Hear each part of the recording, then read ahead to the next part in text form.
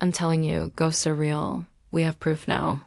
People think I'm crazy because I talk about ghosts all the time. I mean, hey, I even named my channel after them. People make fun of me because I believe in ghosts, but they don't know what I've seen and heard and felt. They don't know things like last night. I live alone. That's the first thing you need to know before this makes sense. Last night, around 11:30 p.m., I was sitting in the living room scrolling through my phone when I heard it clear as day. Footsteps, slow, deliberate, creaking along the floorboards above me. At first, I froze. I told myself it had to be the pipes or the house settling, but then it came again, step, step, step, moving across the ceiling, directly above where I sat. I muted my TV and held my breath. The sound stopped for a few seconds, and I almost convinced myself I'd imagined it, until it started again, heavier this time, like someone was pacing back and forth in the upstairs hallway. Here's the thing, my bedroom is upstairs. I hadn't been up there since the morning, and I know I locked the front and back doors hours ago. I grabbed the closest thing, I had a heavy flashlight, and slowly crept toward the staircase. My heart was pounding so hard I thought whoever was up there would hear it. I stood at the bottom of the stairs, listening. The footsteps had stopped, dead silence. I turned on the flashlight and shined it up the stairwell. Nothing, just the empty landing. I told myself I was being stupid, that maybe the house was shifting with the cold night air. But then, as I placed my foot on the first stair, I heard something that made my stomach drop. It was a whisper, faint, almost like it came from the far end of the hall. It sounded like my name. I froze again, light trembling in my hand. I can't even describe the chill that ran through me. It wasn't just hearing my name, it was how it was said, low, drawn out, like someone trying not to be heard but making sure I could. I backed down step by step until I was back in the living room.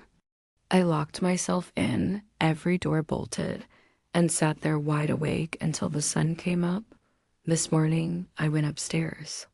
Nothing was out of place, nothing stolen. But on the carpet in the hallway, just outside my bedroom door, were faint, dusty footprints. Too large to be mine. And I can't stop thinking about one thing. The whisper didn't sound like a stranger. It sounded like me. Now, you might be wondering why I didn't call the police, and I thought the same thing. Why wouldn't he call the cops? It's scary to think someone broke into your home while you're inside, especially if you're convinced it's a ghost. But the truth is, I don't think calling the cops would have helped anyway. When they came, it would just look like I was losing my mind. There's no way I could have explained what happened without sounding insane. Plus, what do you tell the cops? Come over to my house and investigate the ghost who broke in and whispered my name really loudly. And even though nobody else believes me, I do. What happened last night wasn't my imagination. And there's one thing in particular that proves it. You see, I don't have any locks on my bedroom doors. I never lock my front door. I never lock the windows either. I live in a quiet neighborhood. There's no reason for me to. And if I'm being honest, I have a really bad habit of forgetting to lock doors, leaving me vulnerable to, well, whatever happened last night. I work from home, so I spend most of my days in the living room. Last night was no different. I was working, watching TV, scrolling through my phone. Usually I have the volume on my TV pretty high, enough that if anyone or anything broke in, I'd definitely hear them. So when I heard those footsteps last night, I knew it was strange. If you're gonna break into a house, you're usually gonna try and be quiet, right? You don't want the people inside to hear you. But these footsteps weren't quiet. They were slow and deliberate. Like I said, like someone walking across a wooden floor. But here's the thing, my bedroom is upstairs. Whoever was up there walked right across the main floor and then into the hallway right outside my bedroom. So I did what any reasonable person would do. I got a flashlight and went to check it out. And that's when I heard it again, slow, deliberate footsteps. When I finally got upstairs, the footprints in the dust were still there.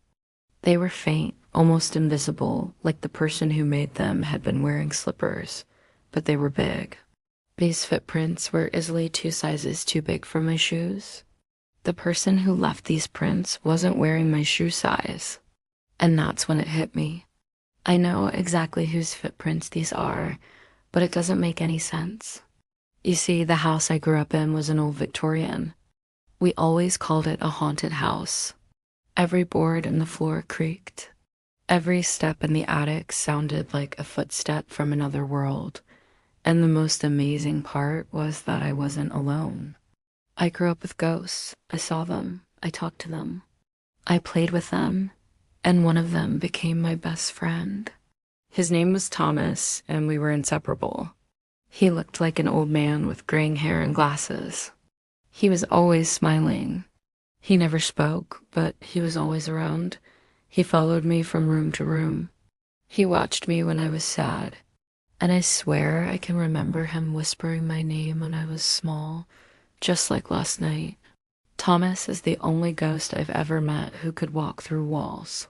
He often showed me places he couldn't go, like the basement, by phasing halfway through the wall and showing me the other side. I spent many afternoons just watching him go back and forth, back and forth. He loved looking at the new world, which is why he kept showing me his favorite places throughout the house long after he died. But we eventually moved away from that house, and I never saw Thomas again. I grew up, got married, got a job, and one day my wife and I bought our own house. I never forgot Thomas, though. Not a day went by that I didn't miss my friend. I missed his whispers and the creaks of the old house. I missed everything about the house except one thing, the smell. Because no matter how much dusting and cleaning I did, there was always this lingering smell of dirt and mildew that permeated everything. That's why I never understood why my wife wanted to buy this house. It smelled the exact same. It's older, bigger, and has more rooms than the last house, but it smells the same. Then last night happened. Now every time I go upstairs, I smell the familiar scent of mildew. And every night I listen for the echo of footsteps in the hallway, waiting for the whisper of my name to drift across the ceiling. Waiting for Thomas to come home.